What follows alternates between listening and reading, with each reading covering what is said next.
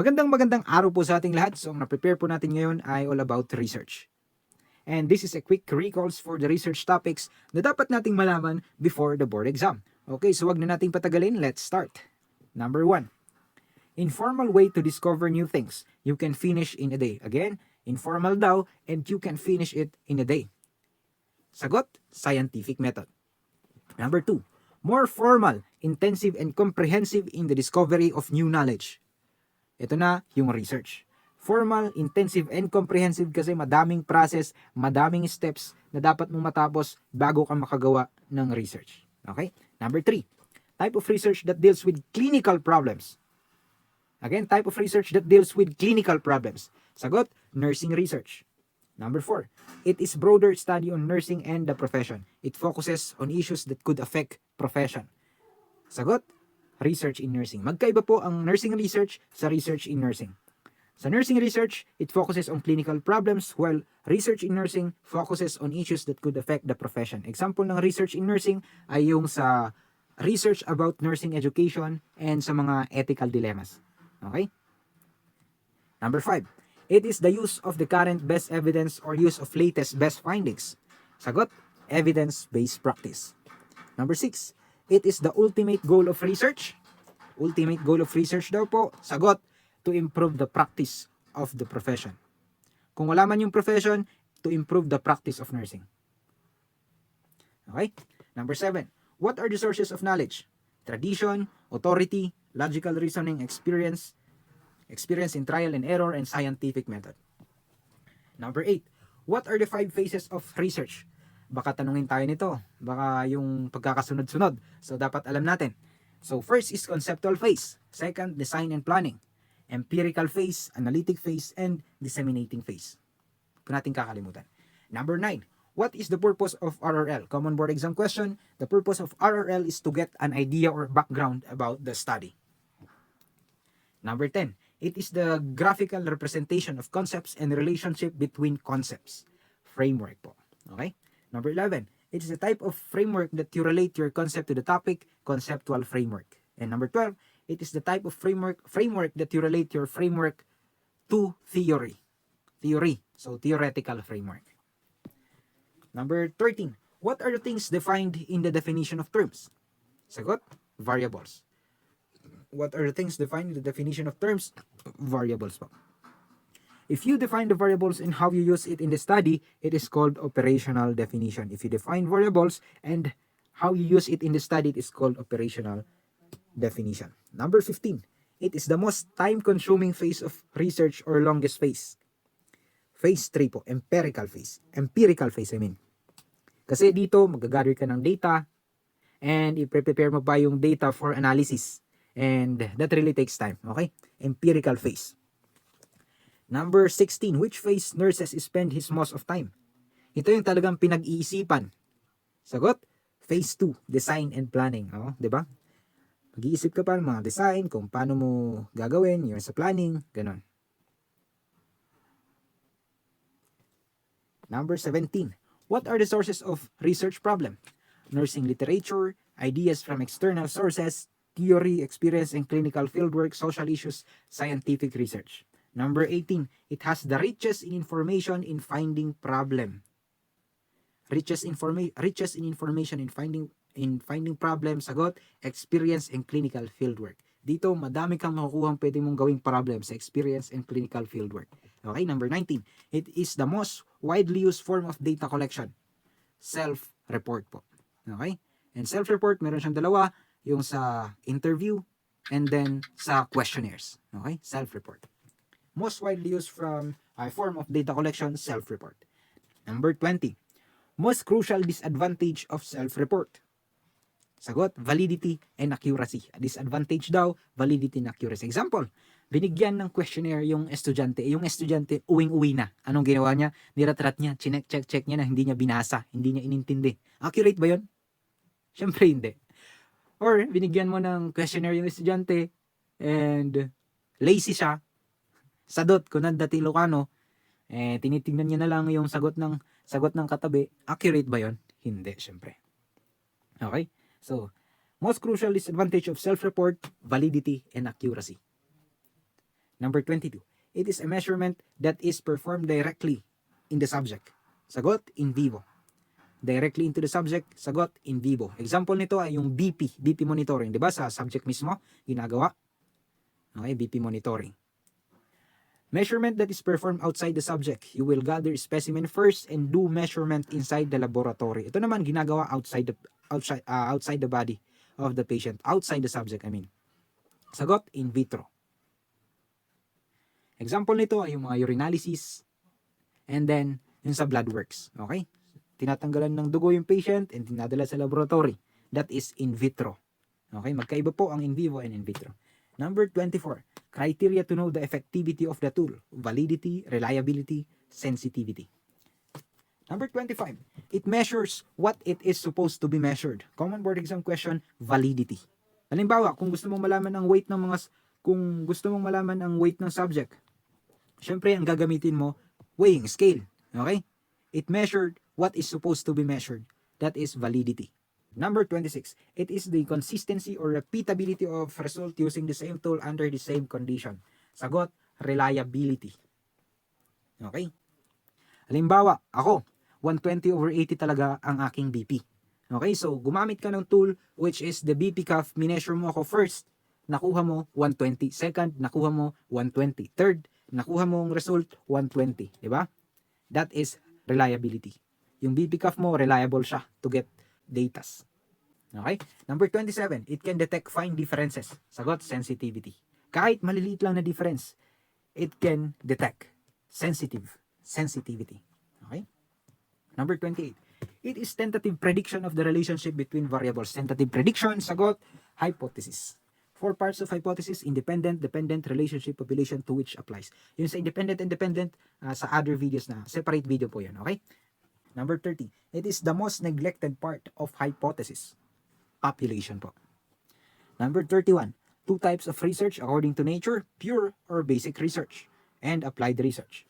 It is type of research according to motive where you only want to add knowledge. You only want to add knowledge. Sagot po, pure or basic research. Okay? Number 33, which type of research according to motive if you want to use knowledge into practice? If you want to use knowledge into practice, applied research po. Number 34, research according to level of investigation. Level 1, exploratory. If you want to know the variables, kung gusto mo lang malaman yung variables, exploratory po yan. Level 2 naman, descriptive. If you want to know whether the variables are associated or related or yung sa relationship nila. Okay, descriptive. Number 3, experimental. If you want to find the cause and effect. Experimental if you want to find the cause and effect. Number 35, if it talks about opinion, census, quality, frequency, wag na tayong mag-isip pa, isasagot na natin, exploratory na yun. Okay? Again, pag may nakita tayong opinion, census, quality, frequency, exploratory. Okay? Number 36, if you see describe, relationship, analysis, similarities or differences, facts, and issues study, sagot, descriptive.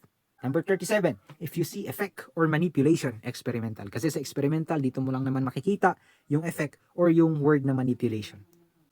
Number 38, types of descriptive research. Descriptive, it describes the variables. Descriptive correlational describes the relationship of 2 variables. Descriptive correlational describes the relationship of 2 variables. And sa descriptive comparative, nasa word na, comparative, compares variables. Number 39, in experimental research, to whom does experimental manipulation given? Sagot, experimental group.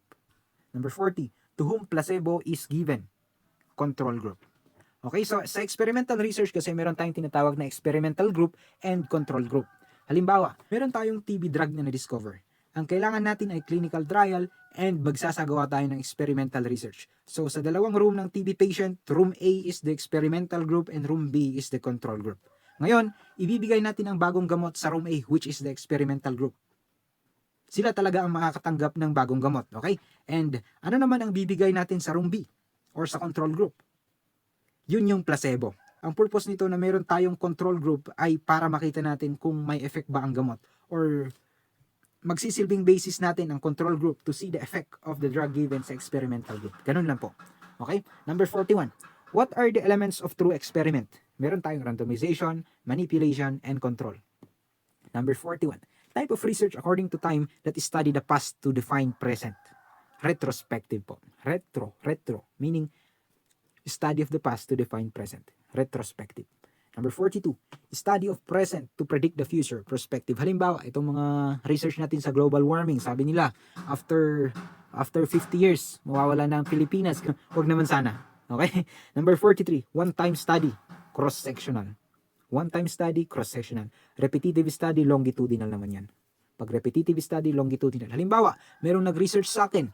Mula pa nung pagkabata, ino-observe nila ako, ino-observe nila yung behavior or yung mga developmental changes ko until ngayon. Diba? Repetitive study, paulit-ulit nila akong tinetest, ino-observe. That is longitudinal study.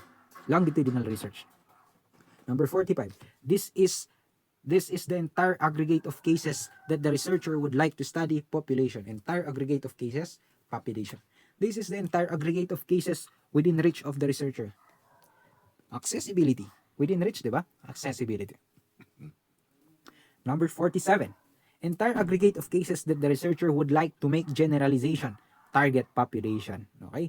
Another term for target population, universe. Baka mabigla kayo. Anong universe to? Sa board exam. Again, another term for target population, universe. Mahilig yung mga BUN na mag-reword or gumamit ng ibang word, ibang term, kaya dapat alam natin. Okay? Again, another term for target population, universe. Number 49, process used to get a representative of the population, sampling. Number 50, number 1 characteristic of a sample is representativeness, representation. Yan naman talagang purpose kung ba't tayo nagsasample. To get a representation. To get a sample na magre-represent sa general. Okay? Number 51, two types of sampling, non-probability and probability. Non-probability examples, convenience or accidental, quota, purposive or judgmental, and snowball. Sa probability naman, simple, random, stratified, cluster, systematic, and sampling. Systematic sampling, I mean. Number 52, sampling that uses those available.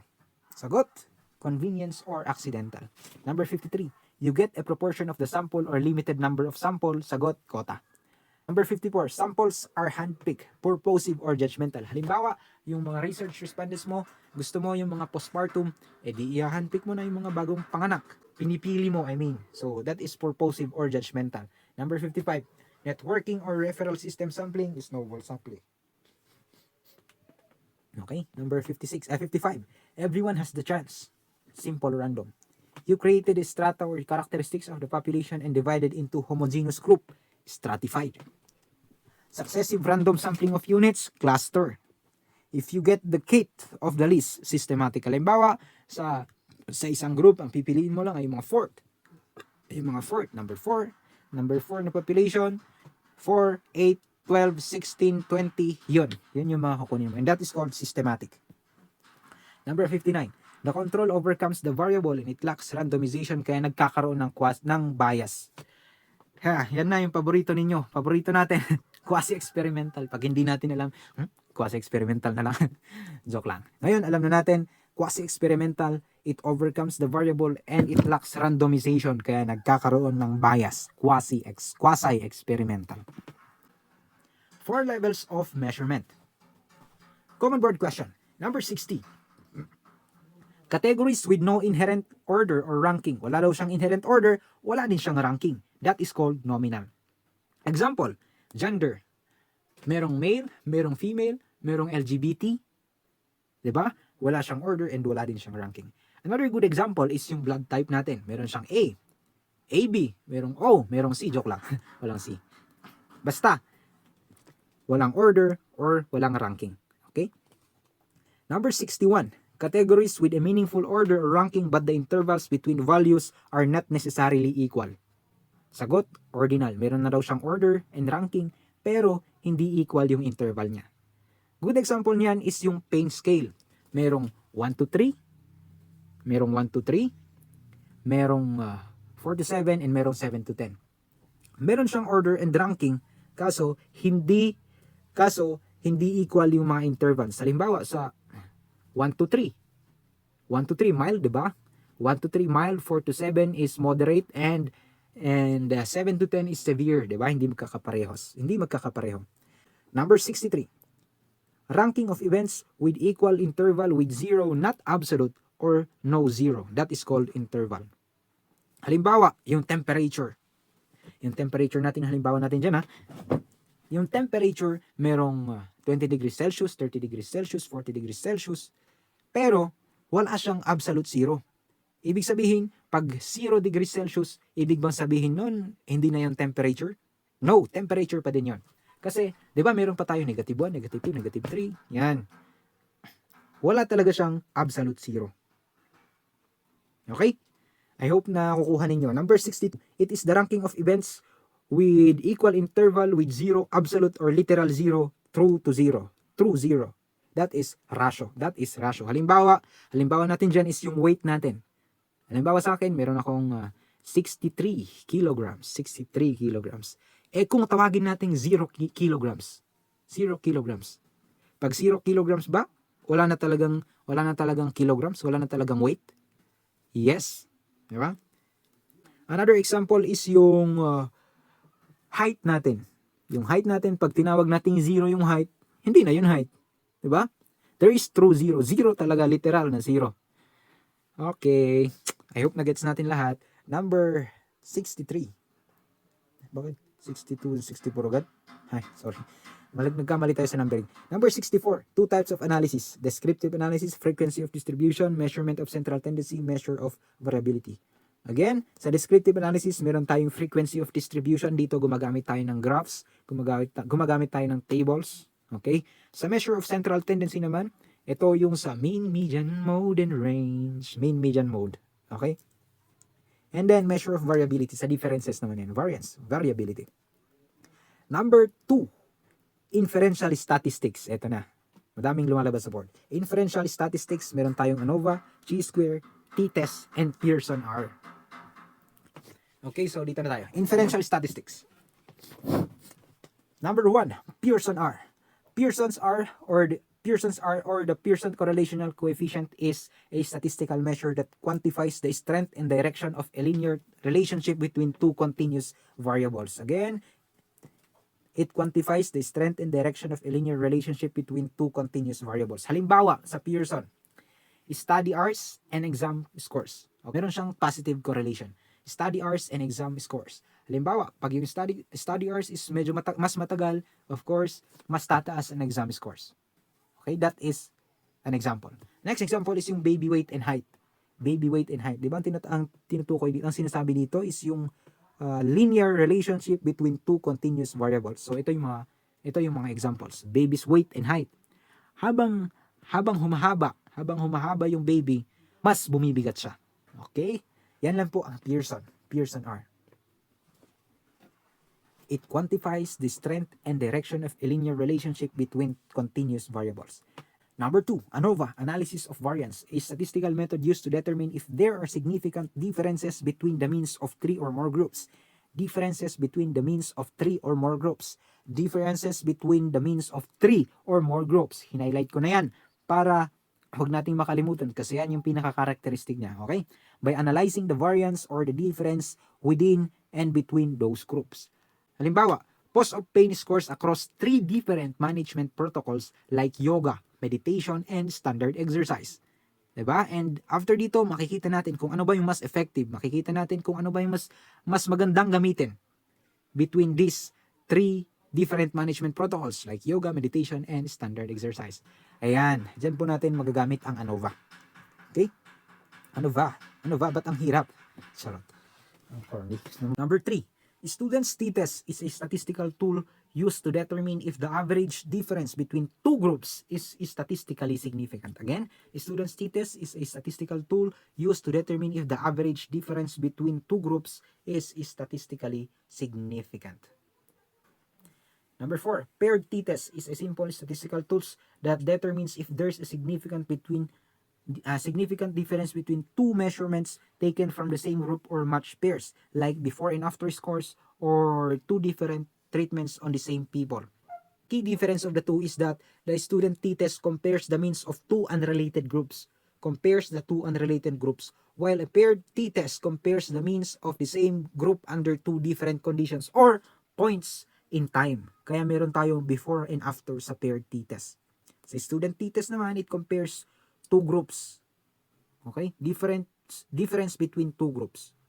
Sa pair t-test, meron tayong before and after. Number 5. Chi-square test determines if a relationship exists between two or more categorical variables or if observed data matches an expected outcome by comparing observed frequencies to expected frequencies. Example, a nurse could use it to see if the observed recovery rates for patients receiving a new pain management technique are significantly different from the expected recovery rates without the technique. Wala na pala.